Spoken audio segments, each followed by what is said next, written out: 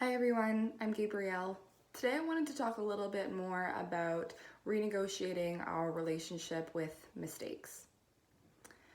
Oftentimes the way that we frame mistakes for ourselves isn't helpful, and sometimes the effort that we put into trying to avoid making a mistake actually could increase the likelihood that we end up making mistakes.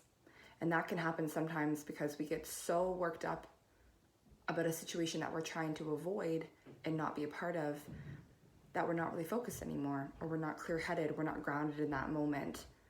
And next thing you know, we actually have mistakes being made, which was the one thing that we were trying to avoid in the first place. So sometimes it's about reframing what mistakes mean to us. Whether this is a long-term pattern that we have going for us, or whether we recently made a mistake and it's a new one, no matter what it is, we usually have a very concrete idea in our head of whether it is okay to make mistakes. Maybe there's certain areas that we feel okay making mistakes in more than others. Maybe there's certain people that we're more comfortable making mistake around. Maybe in our sport with certain things, we're okay with making mistakes.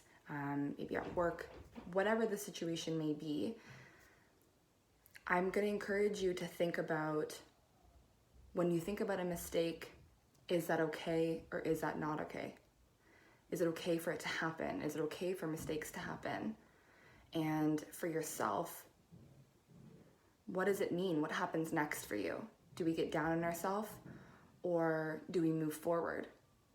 Do we help ourselves, or do we end up taking a more critical side with ourselves?